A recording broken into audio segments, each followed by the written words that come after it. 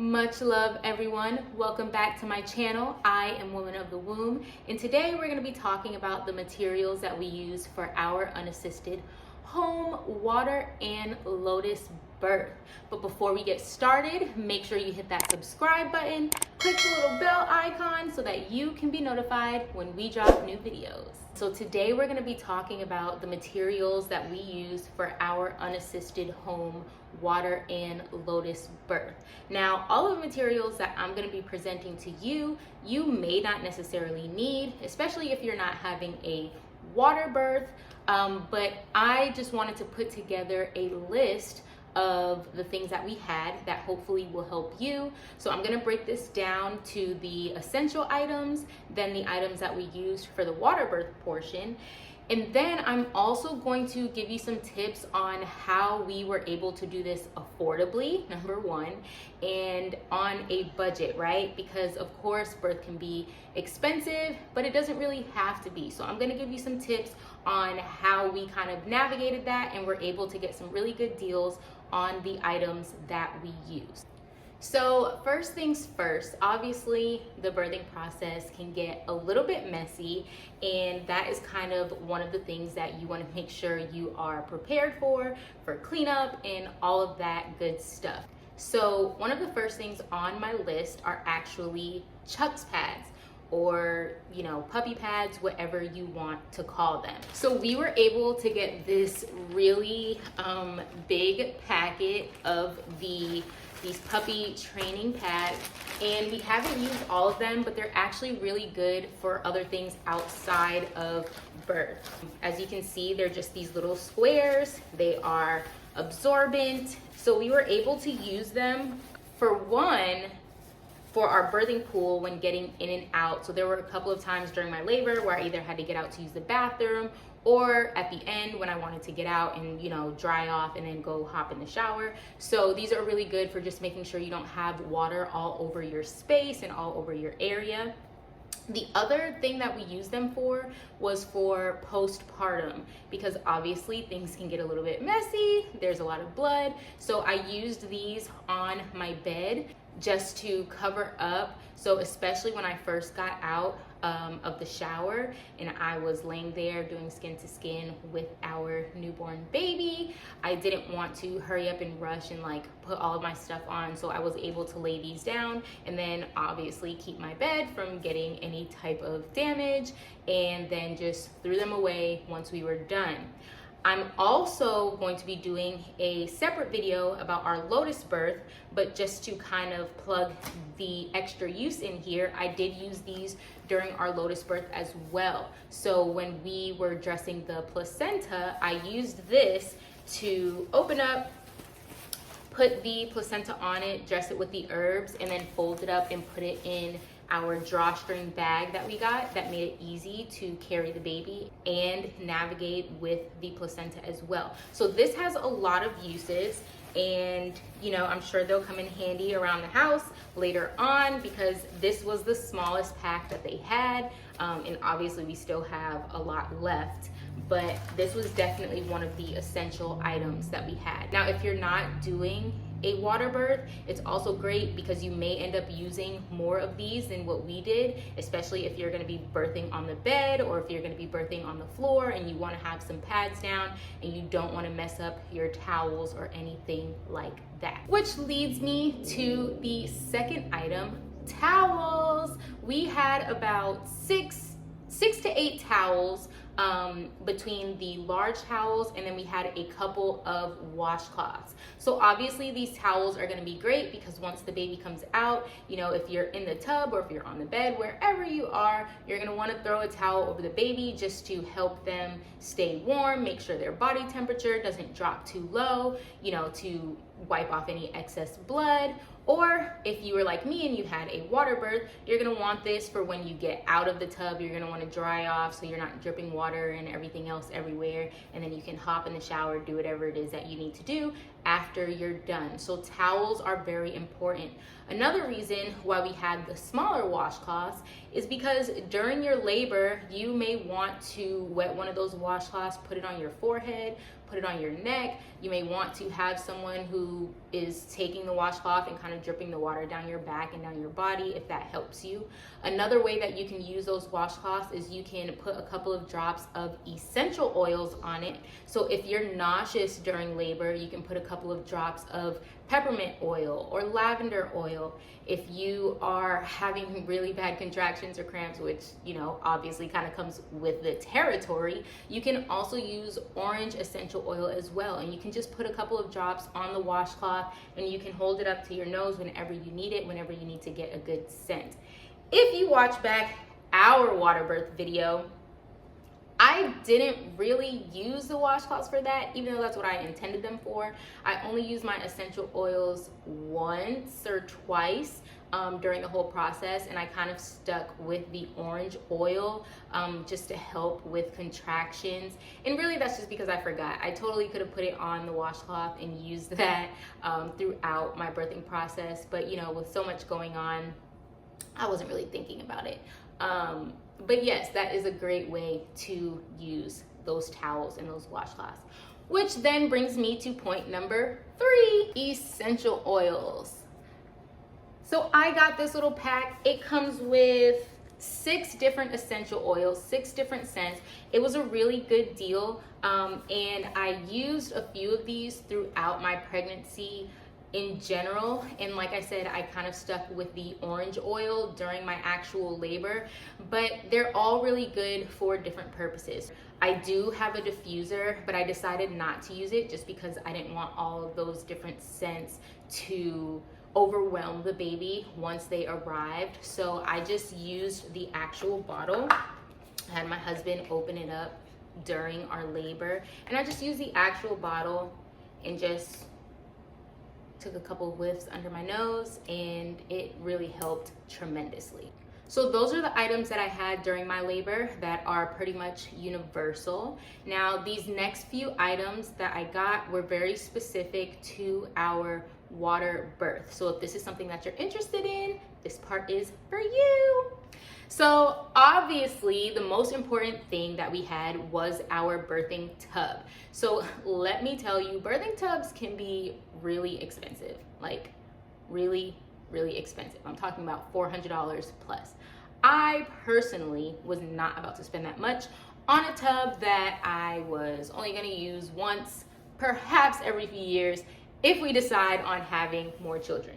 So what I decided to do was I found a kiddie pool. So I spent countless hours looking through reviews to decide on the one that would fit, number one, in our space, and that was just like the best overall, that held up the best. So I found a really good brand on Amazon, and my birthing pool was only about 40 bucks when I bought it. So once everything was done and we were able to wash it out and clean it up, we can still reuse it later, especially for our little ones. We can put it outside in the summertime or even inside when it's cold and let them have their own little kiddie pool. That way we get multiple uses out of it and we didn't have to spend as much for our pool. The second thing that we got, because obviously you're gonna need to fill that pool up, was an extendable water hose. Da-da-da. Now this one is 100 feet long, which ended up being more than what we needed. Initially, we were going to do our water birth here in our living room, and so obviously that's a lot farther from the bathroom, so we were going to use this longer hose to be able to stretch it from the bathroom to the living room. A few weeks before our actual birth, we decided that it would be better to do everything in our bedroom so that it would be easier to, you know, navigate from the tub to the bed or to the bathroom, especially if I decided that I wanted to get out of the tub and labor on the bed. We just thought it would be better to go into our bedroom. So depending on how far away you are from the bathroom or from the sink, then you can definitely get away with the 50-foot hose. But this is the one we had, and it's really awesome because when it fills up with water, it does extend. It's very stretchy, and then once it's done, it contracts. And it also came with this really nice, I don't know, what is that thing called? Hook thing that you can nail into the wall or whatever, and it allows you to just wrap the hose up and keep it, you know, put away nice and neat. The next thing that we had in companion with the hose is this little sink adapter. It's actually 2 pieces put together, but this was very important because this is an outdoor hose, so obviously this wasn't going to fit directly on our faucet. So we got one of these. This was like $5 on Amazon, and it comes with 2 pieces, so no matter what type of sink faucet parts you have, it's able to adapt. Now, the only thing that this does not connect to are those, you know, those sink faucets that kind of like come out and have the little sprayer thing. I don't know what they're called, but they don't connect to those type of sinks, which is another reason why when we were gonna do our water birth here in the living room, we had to connect it to our bathroom because our kitchen sink has one of those sprayer things that wouldn't allow us to add this adapter to it. So this is really necessary if you are going to have that water hose, and then you just connect the water hose to this, boom, boom, boom, everything fits together perfectly. You got you some water for your tub. The next thing that we got in order to blow up our birthing pool, because our pool did not come with one of these, was an electric pump. So this little electric pump is really cool. It came with the charger, and it also has a USB port, which you can use to like charge your phone and other items. Which I guess if you wanted to use this, like if you're camping or doing something else, then that's a really great feature. We obviously didn't need that during our birth, but it's pretty cool that it came with one. It also comes with this adapter, so depending on what you're blowing up, you can add these different nozzles to it, and it just helps create a different size to fill up whatever you need. So this was also great because I did get a birthing ball as well. I didn't use that birthing ball during my labor, but I did use it before, especially because I was having a lot of pre-labor symptoms and baby was very low, but my contractions were super irregular. So I did use my birthing ball in the couple of days leading up to the birth, which really helped just to get baby lower down into my pelvis and help get my contractions more consistent. And so this pump came in handy for both of those things, both for the pool and for our birthing ball. So we got the water in, now we need a way to get the water out. So what we did was we purchased a submersible water pump. Now this has a lot of different uses, but basically you just plug it in. Once you're done, you sit it down in the pool, and then it allows the water to be pumped out of the pool and into the sink so that you can do all of your cleaning. Now the only thing is that this does not pump out like thick particles. So if there's any blood clots, any pieces of poop in there, because yeah, sometimes, you know, you do end up pooping. It's natural, it's a part of birth, whether you're having water birth or not. But anyways, this does not get those pieces out. So this will get everything very low, and then obviously you'll want to clean out your pool. However you do that, you can use a little strainer or whatever to get the other pieces out, and then just wash it down with soap and water, which we used our hose to do that as well, to spray the pool out, wash it out, and then we dropped this back in there, got that water out again, and then it was just a very easy process of cleaning everything up. Now, if you notice, there is a little nozzle right here, which is where the water comes out. So when you get one of these, you're also going to want to get the black vinyl tubing that goes along with it. Because if you don't, you're just gonna have water spraying up everywhere, and then it's not really gonna go anywhere, just right back into your pool. So this black vinyl tubing is really awesome. You take one end, you plug it on this end, and then you take the other end, you drop it in your sink, and then you let this do its thing, drain all the water out, boom, you're good to go. The other thing that I purchased for our water birth were these interlocking puzzle pieces. Now this came with about, I don't know, maybe 100 maybe pieces in the pack. These are those kids connectable puzzle block things that they can use as like floor mats. They can use to build blocks or whatever. So this was another one of those items that had a great double use. So this is what we were going to use underneath our pool when we were having the water birth in our living room, because as you can see, the floor in here is pretty hard. And so I didn't want to be on the hard floor, you know, on my hands and knees for an extended period of time. So I decided to get one of these just to make it a little bit extra cushiony underneath the pool. Now, when we decided to switch to our bedroom, it was great because we already had carpet in there. So this just added another layer of cushion, and it was so comfortable. Like I can't even explain it. It felt like being on a cloud or a pillow. So this was really awesome to have underneath our pool. Now, obviously, we wanted to protect our carpet and we wanted to protect our puzzle block pieces. So we got some plastic drop painters, plastic, what is that? No, I'm not saying that right. We got plastic painter's drop.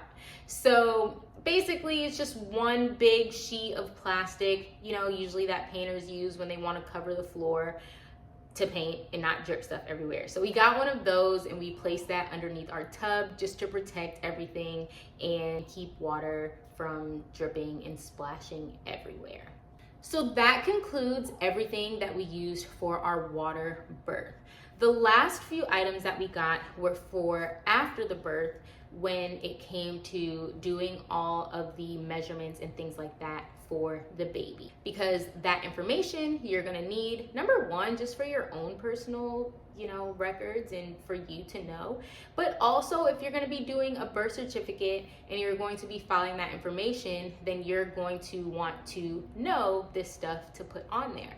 So the first thing that we got was this hanging fish scale. So this is what we use to measure the weight of the baby. And I really like this. Number one, it's digital, you know, it comes with the batteries. We also got some extra batteries just in case, but this is really nice. You can change the setting, you know, it's right there on pounds, so very easy. And then it's got this hook right here. And the really cool thing about this is that it also comes with this measuring tape on the side. So that was really awesome. It was a 2-in-1 situation, and we use that to measure the length of the baby. So I know you're looking at this and you're like, okay, do you just like hook your baby to this? Like, how are you supposed to measure the baby with this, right?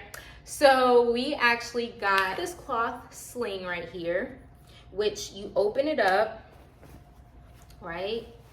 You open it up and it turns into like this little, almost looks like a little purse. And baby fits in here nice and snug. And then what you do is you take this hook, you hook it onto the rings, and it just holds up just like this. And then you can read the weight of baby. You can see what the baby's weight is. Now what you'll want to do, as you can see, this is on here, right? So it's already reading. So once you have this on here, you're gonna want to hit tear so that it sets to 0, and then place your baby in there. Or what you can do if it's too much to kind of maneuver and set the baby in and blah, blah, blah, all of that stuff, you can just weigh this first, get the weight of whatever the sling is, then, you know, take it back off, put your baby in there, hook this back on, then see what the total weight is, subtract the weight that you got from just the sling, and then boom, you know the weight of your baby. So that's it. Those are all the things that we actually used for our unassisted home water and lotus birth. I'm gonna do a separate video for the materials that we use for our lotus birth, as well as how we did it. It's not too much extra, only a couple of things. Most of the things I already mentioned, we just reuse for our lotus birth, but I'm gonna do that in a separate video so that I can walk you through step by step on how we actually did our lotus birth, because a lot of people seem to think it's really complicated when it's not. It's actually very simple. So now that we've gone through all of the items that we actually used for our unassisted home water and lotus birth, I am gonna tell you how we did all of that on a budget. So most of these items we actually purchased through Amazon, and I'm going to put the link to my Amazon storefront below, which has all of these items listed. The only thing that I did not get from Amazon was the actual sling. I actually got that from Etsy, and I'm gonna make sure to link that below. But what I did is I used the app Klarna to pay for all of our items. Now, Klarna did not sponsor this video. This is not a paid promotion. They are not paying me to say this. I personally just really enjoy using their app, especially for large purchases. So Klarna is really good because it allows you to break your payments down into 4 separate payments that you pay every 2 weeks. You also have the option of postponing your payment an extra 2 weeks without any extra penalties or anything like that if you need a little bit more time to make any of your payments. Now, it's interest free, and they also do this without checking your credit. The more that you use it, the more points that you get, and those points add up to various coupons and gift cards that you can use throughout any one of their stores that they have on their app. So that was really awesome. I had multiple $5, $10, $15 gift cards that I was able to use just from using Klarna on other things, like when we moved into our place. And so I was able to, number one, use those gift cards to get money off my purchases, and then also just use their platform to break my payments down, so that way I could budget it in with all of our other household expenses, and then that way I didn't have to pay for everything up front. Another thing that I did was I started getting our stuff really early. So there were a few things that I started getting, at 15 weeks, at 20 weeks, at 30 weeks. And so that way I was able to get our stuff over time instead of waiting to get everything all at once.